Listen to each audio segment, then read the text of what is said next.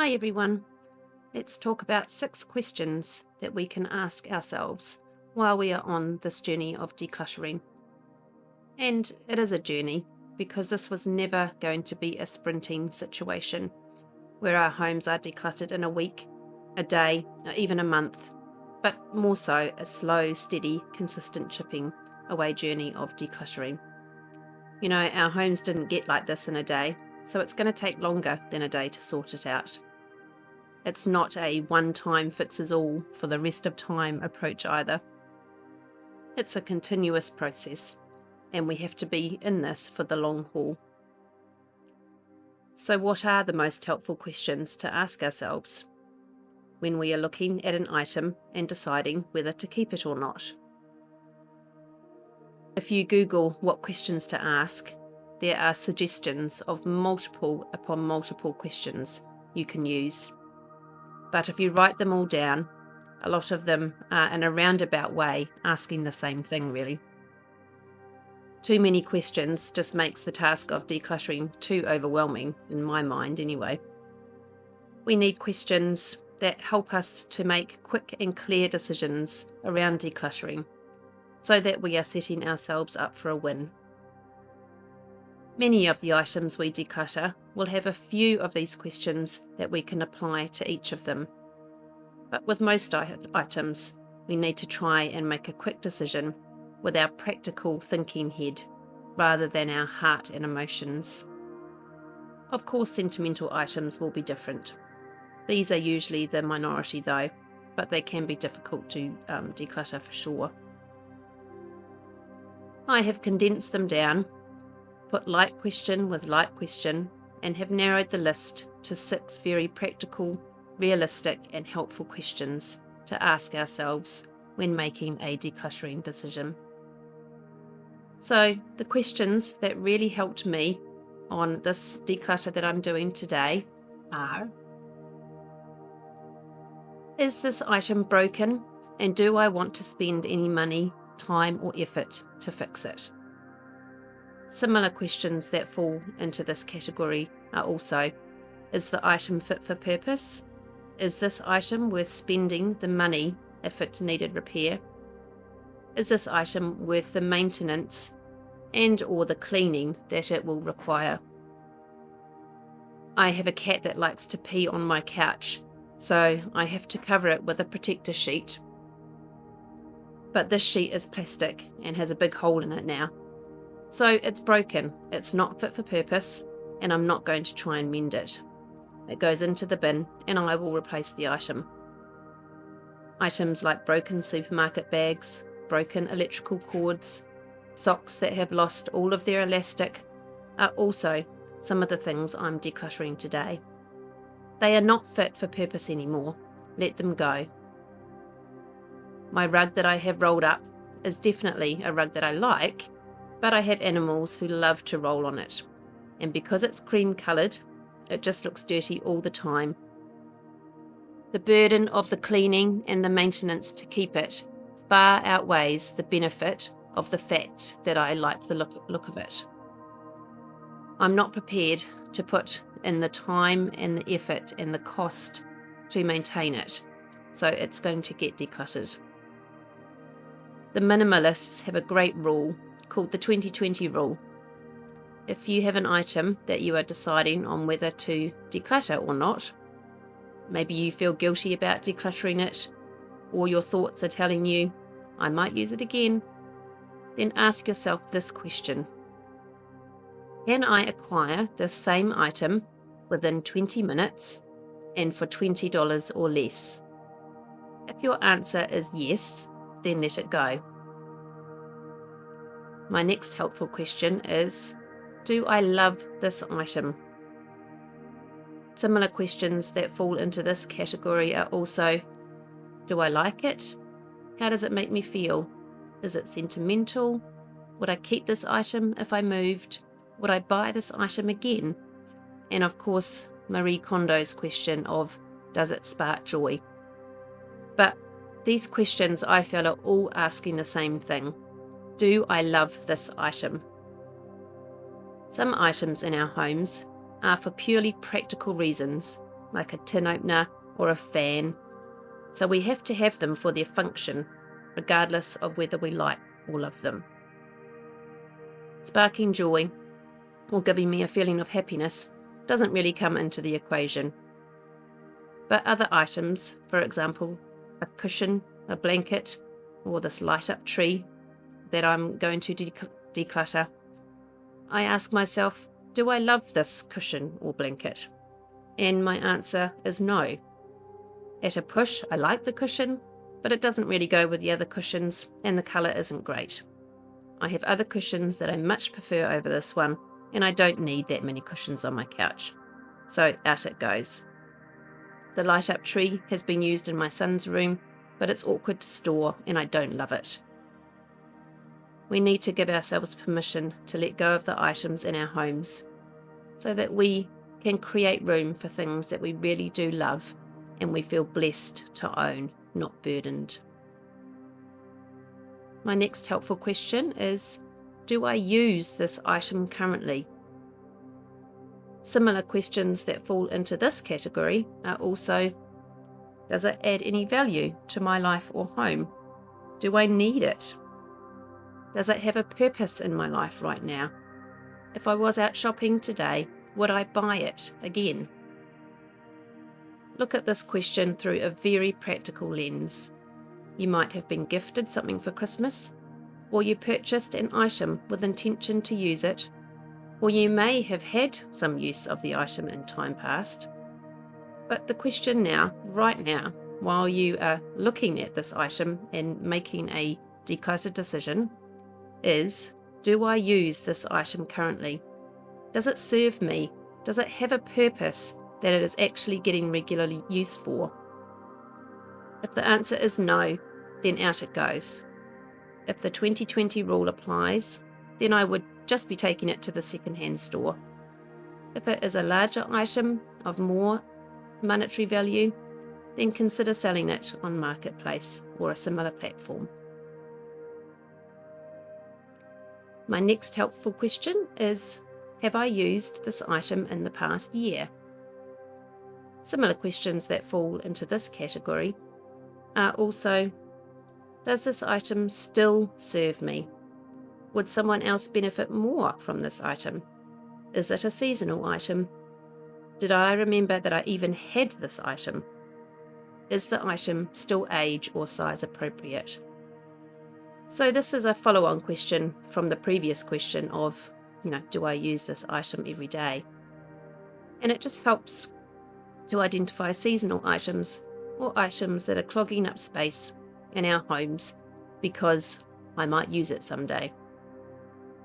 The reality of this question is that apart from those few seasonal items like Christmas trees, snowboards, winter jackets, winter bedding, summer bedding, etc., if there are items that you identify as haven't been used in the past year, then they are unlikely to be used again. You probably don't even remember or realise that you still own the item, and yet it is taking up precious spatial real estate in your home and precious mental health space as well. The burden of holding on to this unused stuff far outweighs any possible future use of the item, when actually you know deep down that it isn't going to get used. Here I am finally sitting down and decluttering socks, and gosh, I kid you not, these baskets of socks have been sitting in my lounge for well over a year. They have been matched up as best that I could, and I'll go through these matched pairs later with the kids and they can make a final choice of what they're actually going to keep.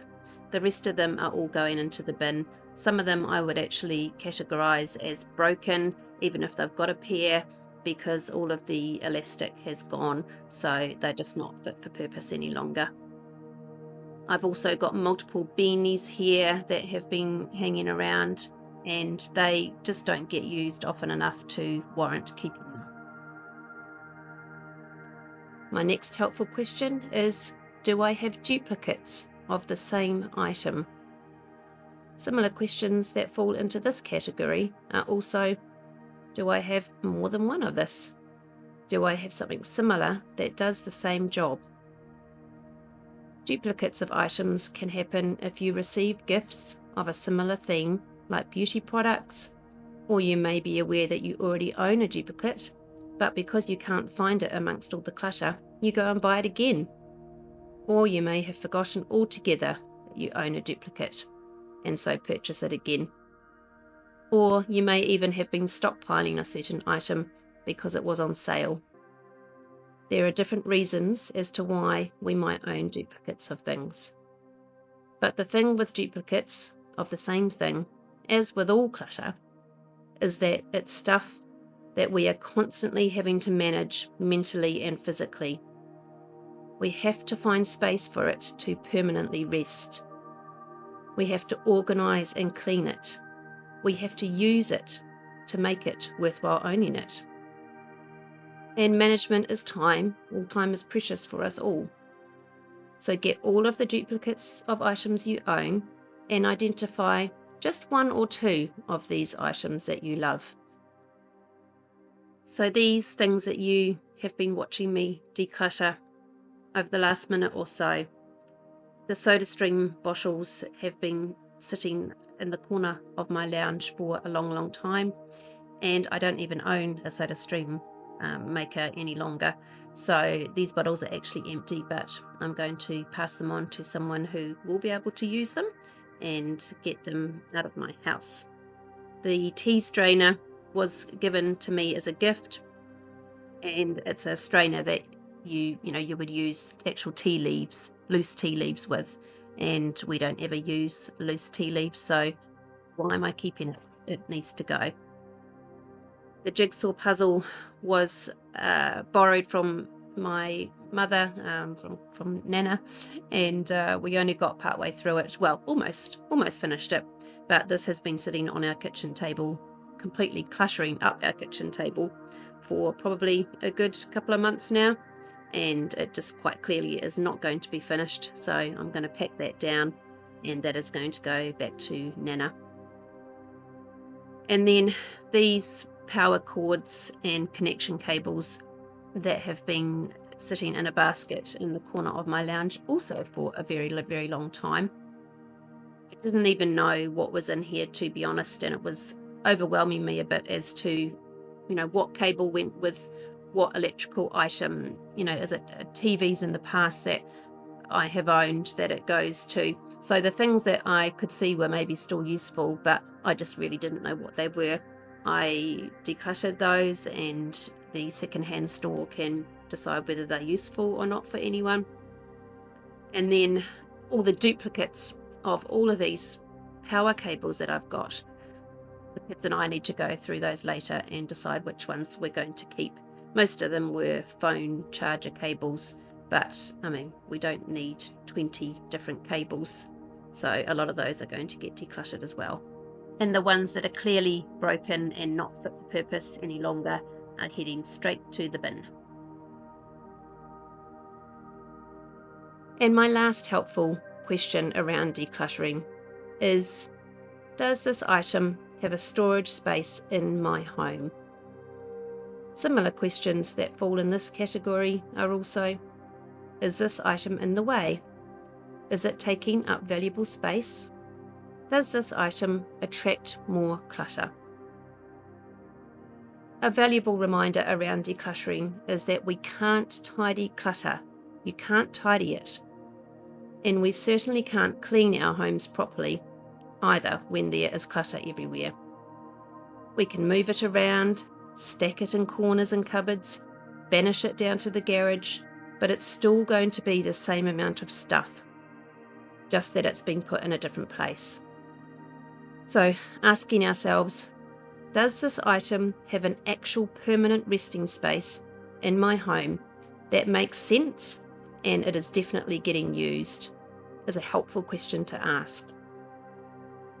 If the item does get used, but it doesn't have a permanent home, then it's time to declutter other items to make space for that item that does get used.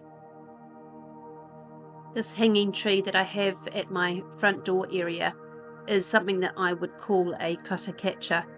It has things hanging on it that just don't even get used anymore. Sun hats, another beanie there that is not getting used, and there's goggles here, 3 pairs of goggles which really only probably get used once a year. Some of them just fit any longer, and they need to be passed on, so I'm keeping 1 pair of goggles only. And then the umbrellas that I've got here, they're just going to go down into the little basket with all of my dog care stuff, and decluttering the hanging tree, moving that on, and then the temptation to just hang things onto that clutter catcher will be removed. Items and furniture that have a bigger surface area are also a good idea to assess if they are serving you positively anymore. Tables, side tables, hall tables, hanging trees are all examples of these. It is so tempting and too easy to just rest something down on these surface areas, and the clutter accumulates over time. I managed to achieve a huge amount on this afternoon of decluttering, and I was really just so pleased with what I was able to move out of the house. The next day I took all of the items to the secondhand shop, and I just tried to make really quick decisions on that day that I was decluttering, using the questions that I have outlined in this video. It really, really does help. Once everything had been moved out of my lounge living area, then I could see so clearly how it was going to be a lot easier to keep clean. Even just vacuuming the floor, mopping the floor, when you don't have all of that stuff just lying around and cluttering up the space, then it just makes everything so much more manageable. I really hope this video did help someone to just keep moving forward. And I encourage you just to keep going. You've got this. Just those small, consistent habits on a regular basis are going to make such a huge impact on the clutter in your home. Have a great week, everyone.